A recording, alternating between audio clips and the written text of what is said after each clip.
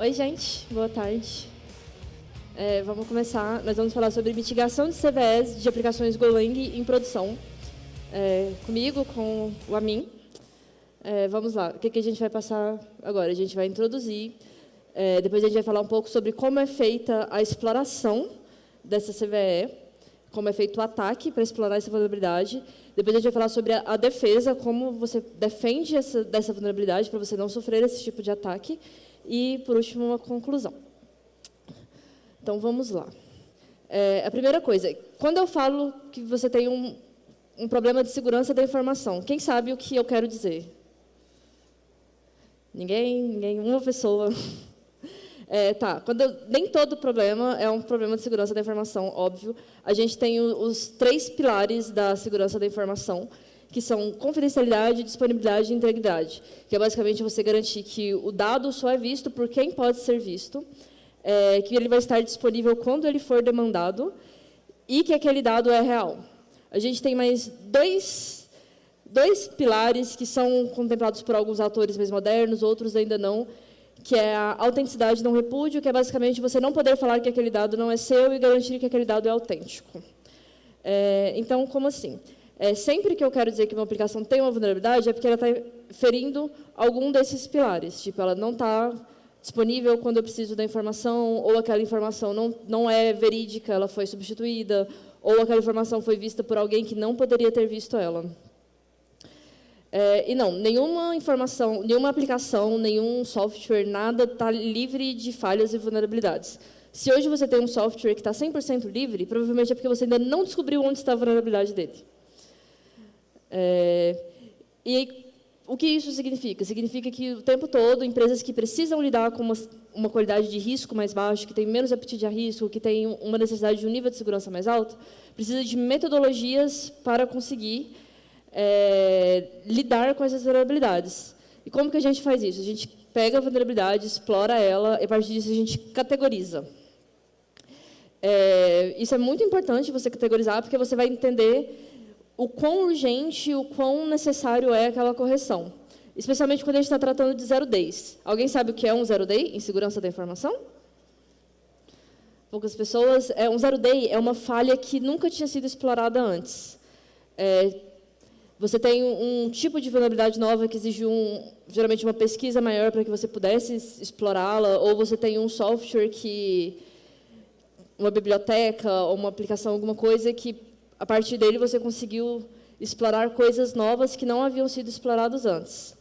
Aí, a partir dessa exploração, que pode ou não ser um zero day, você classifica ela através de metodologias que a gente vai falar agorinha, e a partir disso a gente começa a realizar uma análise de risco para ver o quão severa se é um risco alto, se é um risco médio, um risco baixo, e definir o prazo limite para corrigir essa aplicação. Como que a gente classifica? A gente tem vários tipos de classificações, aqui eu vou falar de algumas mais comuns, que a gente tem o CWE, que é Common Weakness Enumeration, que é um sistema que categoriza falhas de software. Como assim falhas de software? Por exemplo, eu tenho um SQL injection. Não é que cada aplicação tem uma SQL injection, toda SQL injection tem o mesmo CWE. É um CWE para cada tipo de vulnerabilidade. Tipo, um para XSS, um para SQL injection, um para ataque DDoS, e aí, a partir disso, vão se desdobrando, e como eu falei, existem pesquisadores que trabalham especificamente em ficar buscando novos tipos de falha, esse vai sendo multiplicado. Os CWE são exclusivos para códigos. A gente tem o CPE, que é Common Platform Enumeration, que seria um paralelo ao CWE, só que para coisas mais ligadas à infra. Plataforma, para packages, para bibliotecas terceiras que você usa na sua aplicação. Em Go é bem comum a gente usar bibliotecas terceiras. E então, a gente tem as CVEs, que é o que a gente vai tratar hoje. O que é uma CVE? Basicamente, é uma vulnerabilidade num software específico. Um exemplo assim, que é mais recente, que ficou bem famoso, foi o do Java... Putz, fugiu o nome da minha cabeça. O Log4j, isso mesmo, aquilo é um CVE, porque é uma versão específica de um software específico que tem uma vulnerabilidade específica. E CVE é uma lista muito legal, ela é compilada pelo MITRE, que é um órgão governamental dos Estados Unidos, mas que qualquer pessoa pode contribuir. Mas essa contribuição não é só eu chegar lá amanhã e falar assim, olha, achei isso aqui, coloca, passa por uma validação, tem uma banca e tal, e aí é publicada. E é importante saber também que nem toda vulnerabilidade é publicada. Muitas empresas não publicam por proteger o seu produto, tá? Geralmente, quando você vê uma assim que é publicada e tem muito alvoroço, como essa do Java, ou uma bem recente que teve no Linux, né? É porque o negócio ficou feio. Mas, assim, não esperem que seja a coisa mais atual do mundo. E aí, como funciona uma CVE? Você tem um banco de dados, que é criado pelo MITRE, e que ele permite que todo mundo, todos os fornecedores e trabalhadores, pesquisadores da área, consigam se comunicar na mesma linguagem. E toda CVE tem um ID, que é composto pela sigla CVE. Aí depois tem o ano da vulnerabilidade, tipo 2024, 2023, 1999, e o código da vulnerabilidade. Tipo, se você foi a primeira vulnerabilidade cadastrada no ano, vai ser CVE-2004-1. E vai indo assim em ordem crescente. Tem algumas bem legais, eu tenho uma que eu gosto muito, que é da Whitney Houston. Eu recomendo vocês procurarem no Google CVE Whitney Houston, só para se divertir um pouco. Que CVE pode ser muita coisa, só para vocês entenderem, que é qualquer coisa que afete qualquer um dos 3 pilares da segurança da informação. Existem outros esforços do MITRE e de outras instituições. O NVD é um famoso também, que é um esforço do NIST, não do MITRE. NIST é outra empresa também dos Estados Unidos, outro órgão governamental que também atua muito em frameworks, em segurança da informação, em segurança cibernética. As duas são da CISA e vale a pena procurar. Se vocês procurarem no Google CVE, NVD, vocês conseguem, são bancos abertos. Não precisa nem se cadastrar para poder acessar esses bancos. Tá? E como que funciona o método de pontuação, que é o que eu falei anteriormente, para a gente classificar. E, a partir dessa classificação, a gente decidir como vai ser a análise de risco, a análise de gravidade. A gente atribui pontuações em grupos e, a partir disso, a gente faz uma média. Você coloca ali uma pontuação para possibilidade de ser explorável, uma outra pontuação para o risco colateral. Cada um desses itenzinhos que tem aqui, você vai dando uma pontuação para ele, e no final você faz uma média. Tipo, aqui, cada quadradinho desse você faz uma média, depois você faz outra média. Geralmente, a gente usa uma planilha, porque não é fácil calcular na mão. Mas aí você joga ali a média para a planilha e calcula. Um jeito fácil de você ter noção da gravidade do risco, que a gente usa para cálculos rápidos, é o prejuízo que vai dar se for explorado ou o benefício que a pessoa vai ter versus a dificuldade. Às vezes você tem uma coisa que o benefício nem é tão grande, mas é muito fácil de ser explorado, aquilo vai ser alto. Por quê? Porque pode ser explorado muitas vezes, pode ser explorado com muita frequência. Às vezes você tem uma coisa que, se a pessoa conseguir fazer aquela exploração, ela vai conseguir roubar, sei lá, 10 bilhões de um banco. Mas é uma coisa tão difícil, que depende de tanto esforço e até investimentos para a pessoa conseguir explorar aquilo, que torna aquilo meio inviável. Aí isso vai deixar como uma coisa baixa, que tipo, não é prioridade você corrigir aquela vulnerabilidade. Existem outros sistemas também, o CVSS é o mais comum, o EPSS é um outro sistema que também é conhecido. Mas é isso, o CVS 4.0 é o que a gente usa mais. Quem trabalha com times de segurança talvez já tenha visto algum reporte que trazem sempre junto um CVSS. Agora vamos falar sobre como é o ciclo de vida de uma CVE, de uma vulnerabilidade.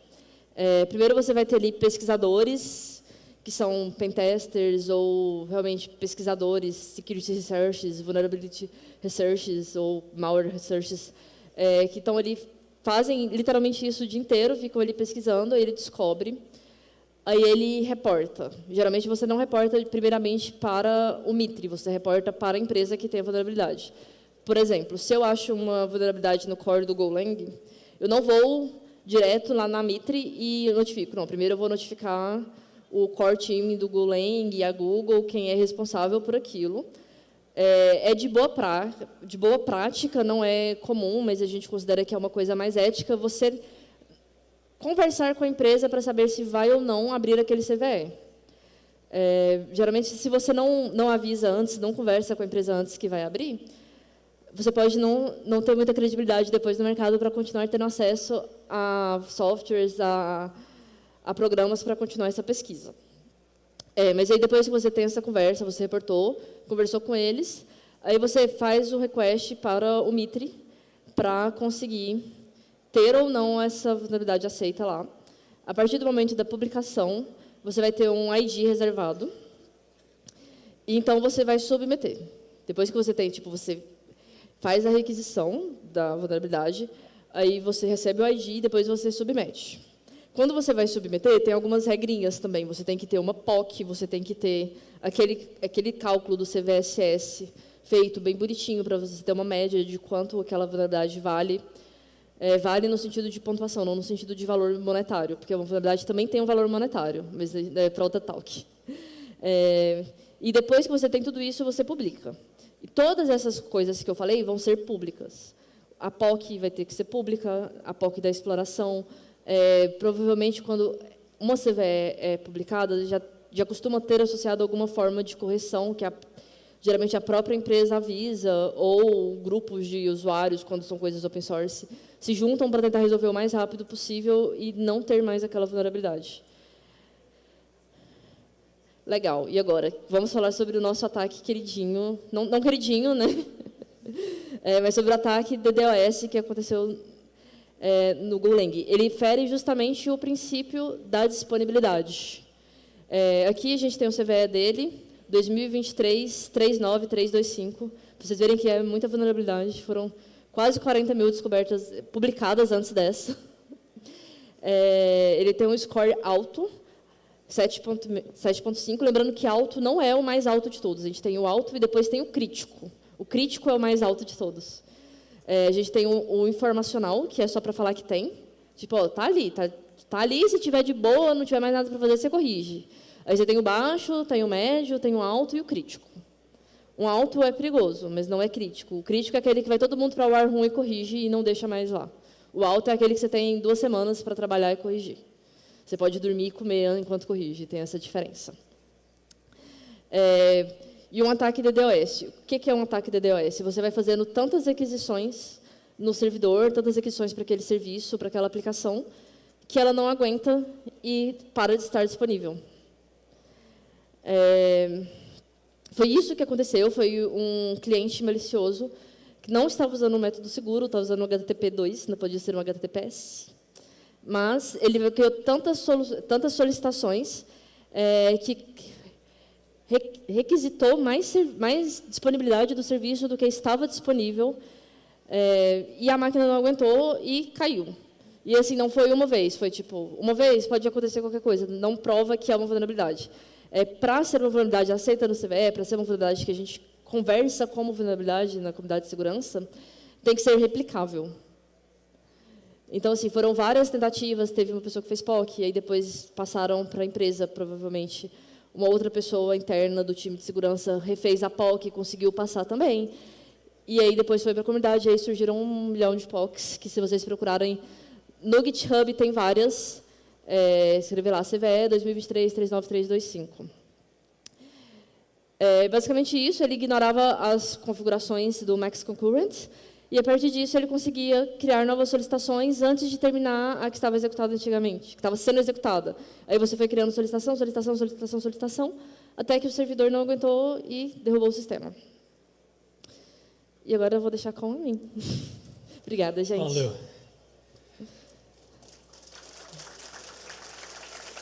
Essa menina é perigosa.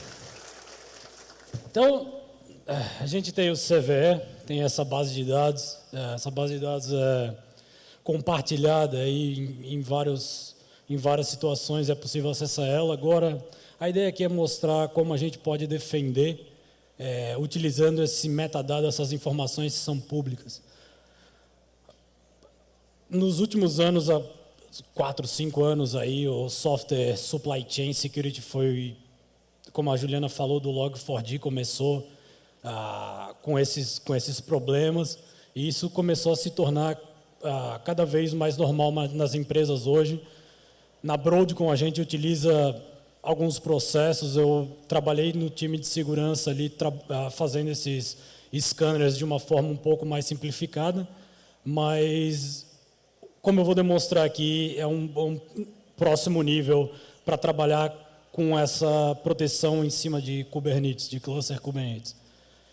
Bem, a parte legal aqui, eu comecei a me interessar pela parte de software supply chain. Eu trabalhei 7 anos aí na área de logística. Então, existem muitos paralelos entre a logística tradicional, a área de logística tradicional, com a área de logística, com software supply chain, né? Esse diagramazinho aqui mostra um exemplo aqui. Você tem as dependências, as fontes do início. No tradicional, você tem a matéria-prima sendo construída, os builds, os CIs, em seguida, reutilizam isso. Então, tem as fábricas, né, que se utilizam essa matéria-prima. A networking são os meios de transporte.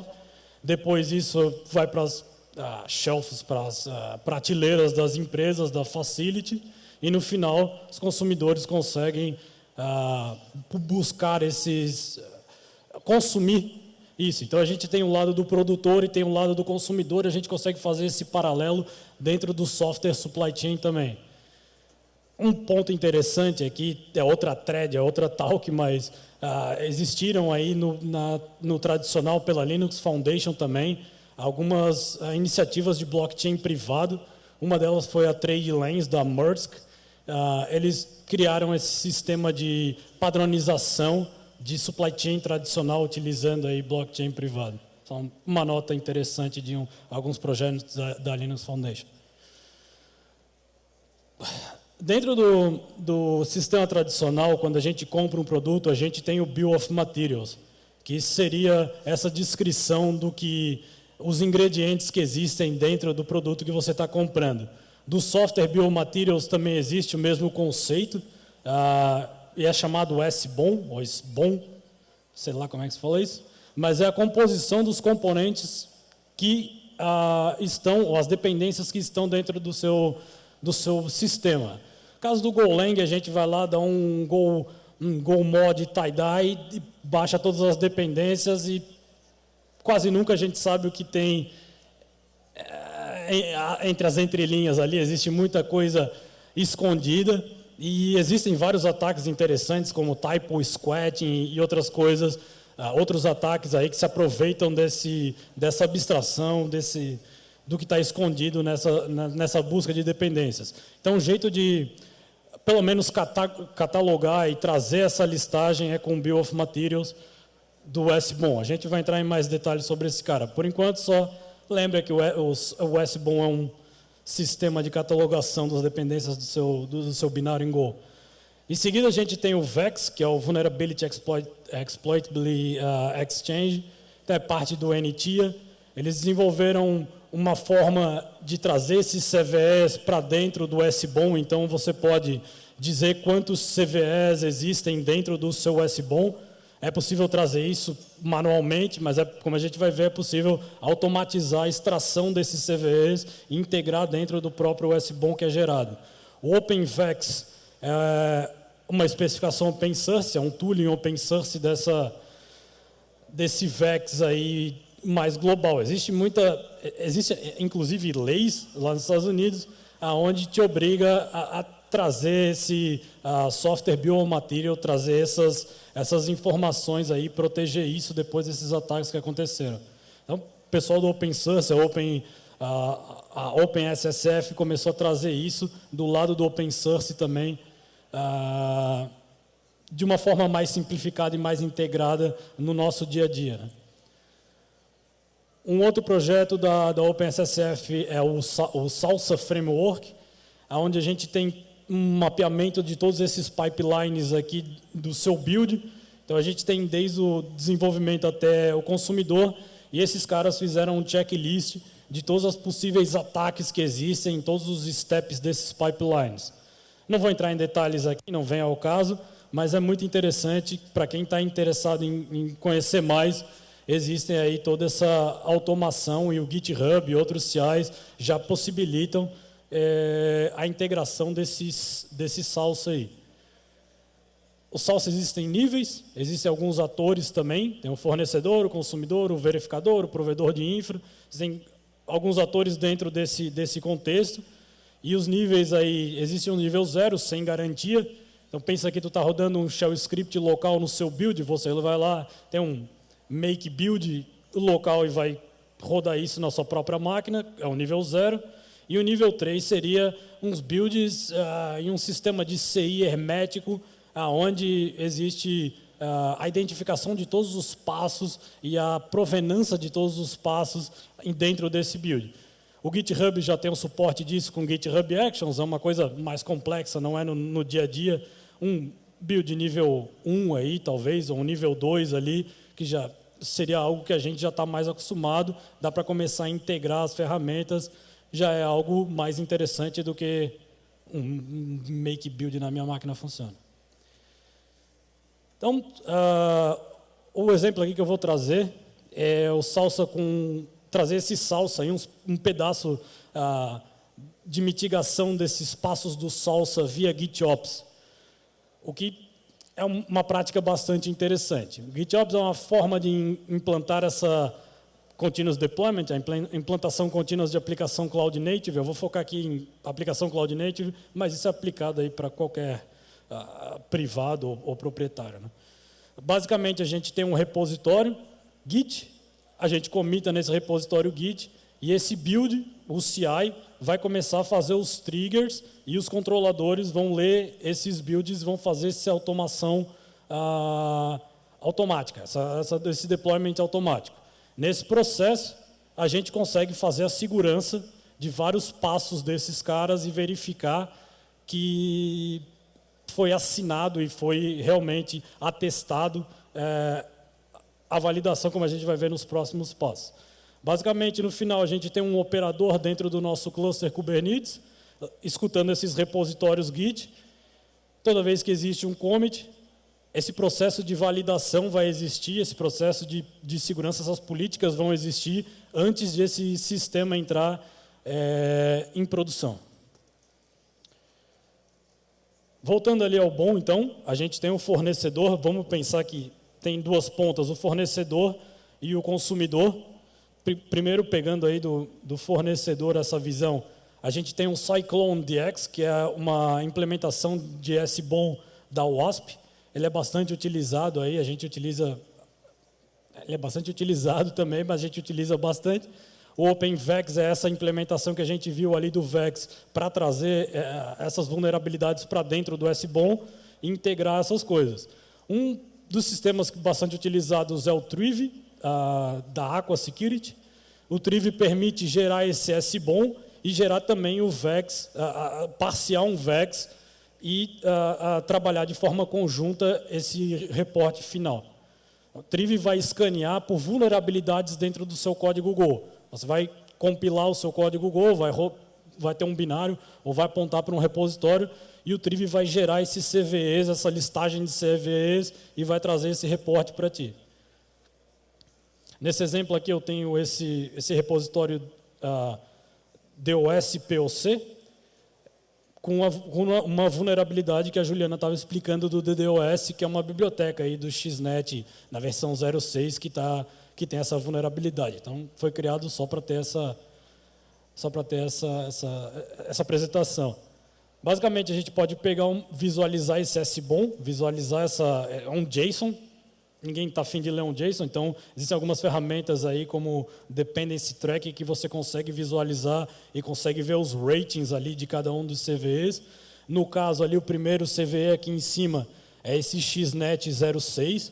Então ele já mete um alerta ali, tem o Risk Score e mostra duas vulnerabilidades baseado nisso. Então ele vai te fazer o rating das dependências que tem do seu Go baseado nesse SBOM que foi gerado, né?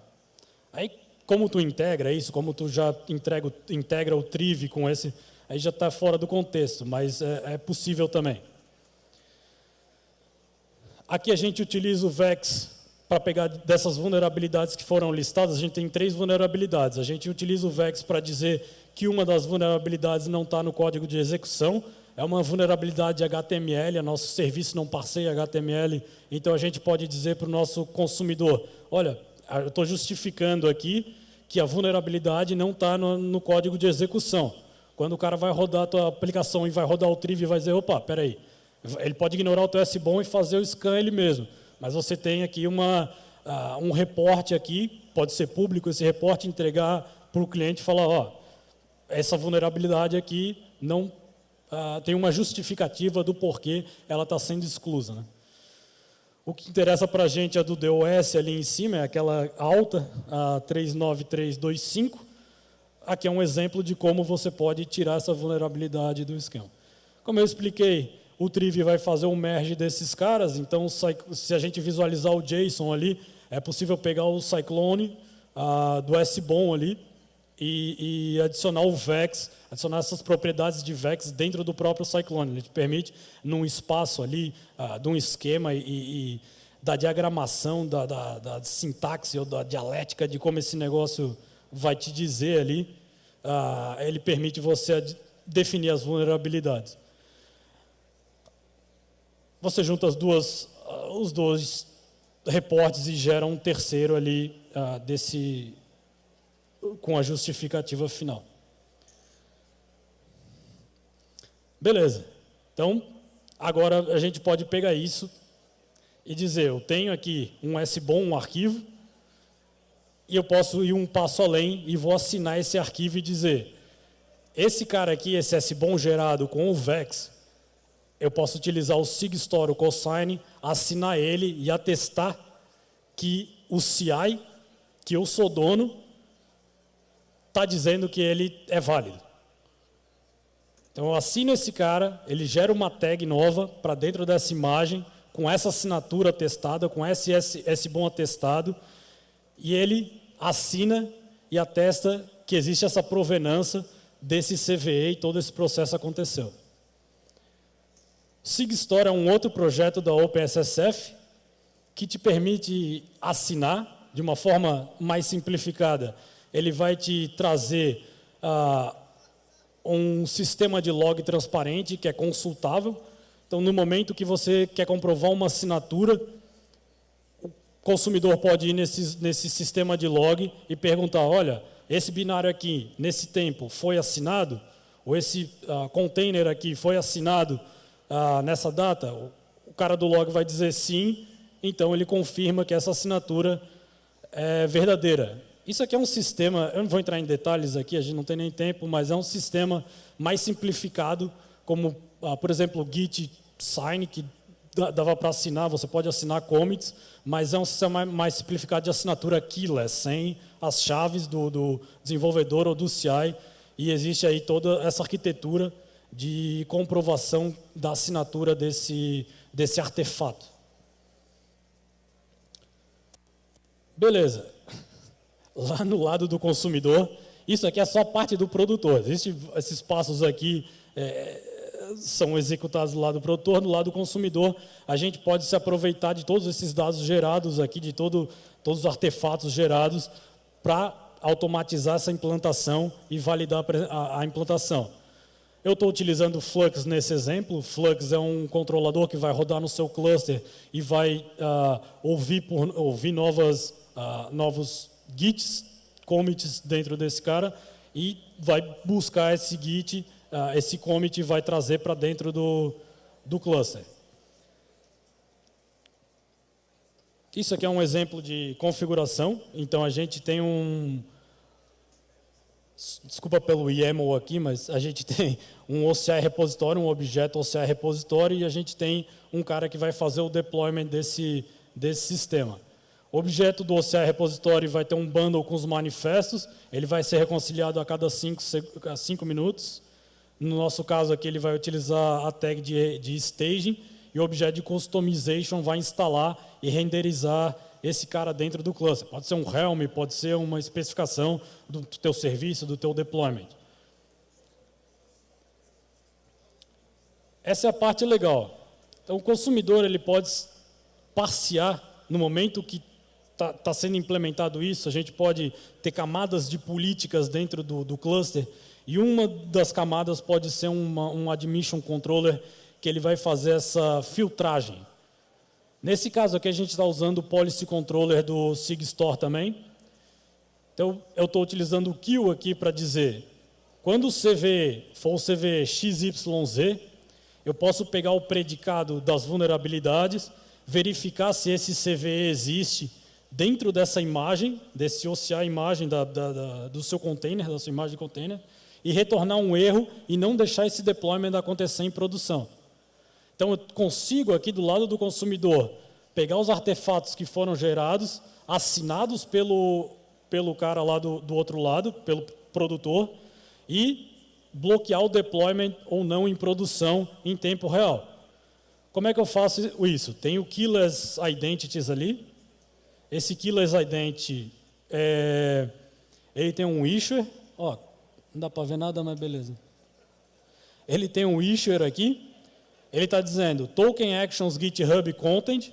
Quando o cara foi assinado por esse issuer, pelo CI do GitHub, e o subject, que é o path ali do meu repositório e do meu GitHub Actions, bater, então ele tem duas camadas aqui de proteção. A primeira é a verificação da assinatura, ele vai lá no record e vai verificar se esse cara aqui foi realmente assinado, e a segunda proteção dessa camada aqui é verificar se o CVE existe mesmo nesse SBOM gerado. No final, o Flux aí permite você integrar com Slack, integrar com sistema de CIEM, qualquer outro sistema que você quiser, e vai te gerar alertas aí caso o seu sistema não foi deployado. Digamos que você queira deployar a nova versão, tem um CVE e não vai. Por política da empresa, você vai ficar com a versão antiga ainda. Mas, enquanto isso, sistemas de alertas vão ser disparados aí. Eu não vou passar o demo aqui. Conclusão. Beleza, é bastante informação, mas se vocês pegarem aí os slides e depois verem com calma e assistirem o demo, vai fazer sentido em algum momento. Eventualmente vai fazer sentido. Uma das coisas aí que é bem interessante é o Shift Left, então traz sempre isso para a ponta. Se você puder bloquear isso já no seu registry da imagem ali, vários registries hoje permitem você fazer o rating desses CVEs, fazer a listagem, já bloqueia lá no início. Quanto mais estiver na ponta, mais barato vai ser esse processo inteiro. A stack aqui é muito nova, o problema não é tão novo, mas a stack open source é muito nova. A OpenSSF é um fórum aí, cross-indústria, para melhoria colaborativa de software open source, então dê uma olhada nos projetos que estão rolando lá. Aqui foram 3 projetos que eles têm e é muito interessante as fronts que eles estão fazendo. Sobre IA e ML, Machine Learning, eu escrevi aqui, você pode gerar um script para mim do SigStore Policy Controller e ele falou qualquer coisa. Então, acho que a longo prazo, falta muito contexto ainda para essas ferramentas realmente ajudarem em coisas muito específicas, mas eu acho que a longo prazo as coisas funcionarão. Alguns exemplos de ataque aqui de supply chain. Se você acha que está livre disso e é só uma coisa do cara maluco falando aqui na frente, uma notícia de fevereiro aqui, 100 mil repositórios foram infectados, foram encontrados no GitHub. O XZ, a biblioteca do XZ dentro do Debian foi infectada agora de uma forma que ninguém descobriu direito como é que isso aconteceu. Várias histórias todo dia de supply chain attack, over and over. Então, é uma coisa que é bem séria e tem que se tomar bastante cuidado aí hoje em dia. Ainda mais quando vários devs estão baixando dependências de qualquer lugar da internet. Um shootout aqui para o Andrew Martin, o CEO do Control Plane, que matou no peito aqui o Flux. O projeto estava sem mantenedores, já que a empresa que mantinha fechou, então ele acabou trazendo o projeto ali para a empresa dele e dando continuação. Eu tive a oportunidade de tomar algumas cervejas com ele no KCD de São Paulo e ter uma aula aí de supply chain para montar essas apresentações. Ele tem o livro Hacking Kubernetes, que é muito interessante. O Jason também, o Jason me ajudou bastante, trabalhou no meu time ali dentro da Broadcom e a gente pivotou bastante, quebrando cabeça para resolver alguns problemas referentes a esses scannings e esses pipelines. Para quem está começando, Introduction to Westbone and Vex é um bom livro. Para quem quer se aprofundar um pouco mais, o Chris tem o Software Transparency, ele tem um outro livro aí que está lançando, que eu não li, mas provavelmente é bom. Alguma coisa? Não? Então fechou.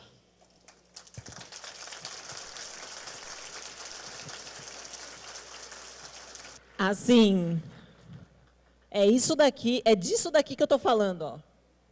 Eu não consegui achar em nenhum lugar essa mulher. Nem a mim, né? Mas vocês arrasaram. Foi muito legal, estava ouvindo. Vocês curtiram?